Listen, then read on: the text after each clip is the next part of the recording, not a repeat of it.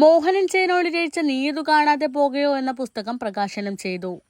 Ink books Kerala പ്രസിദ്ധീകരിച്ചത് പുസ്തകത്തിൽ മലയാളി മനസ്സുകളെ സ്പർശിച്ച ചലച്ചിത്ര ഗാനങ്ങളുടെ ആസ്വാദനക്കുറിപ്പുകളാണുള്ളത്.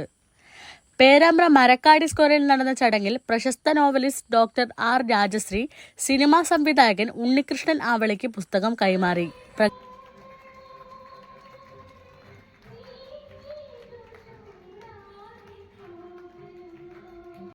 അതിന്റെ കൂട്ടത്തിൽ ചെറിയൊരു സ്വാർത്ഥതയും കൂടി ഉണ്ട്. എനിക്ക് പ്രിയപ്പെട്ട കുറെ പേരെ കാണാൻ പറ്റി. എന്നെ കാണാനും ചിലർ കൂടെ വന്നിട്ടുണ്ട് എന്നുള്ളതിൽ വേറെയും സന്തോഷം.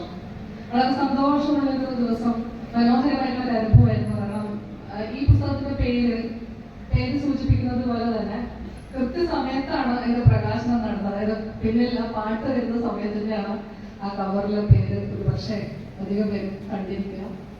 അതിന്റെ ഏറ്റവും പ്രിയപ്പെട്ട പാട്ടാണ്. കാരണം ഓരോ കാലഘട്ടത്തിലും നമുക്ക് ഇഷ്ടപ്പെട്ട പാട്ടുകൾ ഉണ്ടാവും.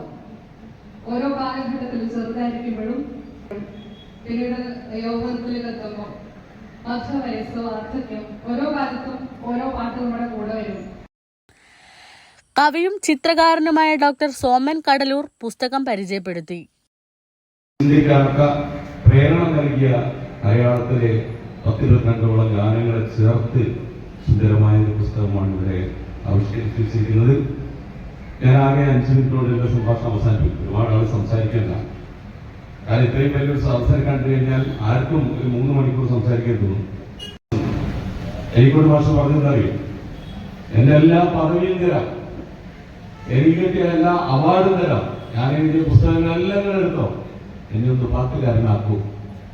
കാരണം പാടാനാവാത്ത ആളുകൾക്കൊക്കെ ഈ പാടുന്ന ആളുകളെ കഴുത്ത് തിരിച്ച് കൊല്ലാൻ തോന്നുന്ന രീതിയിലുള്ള ഒരു അസൂയ നമുക്കുണ്ട്.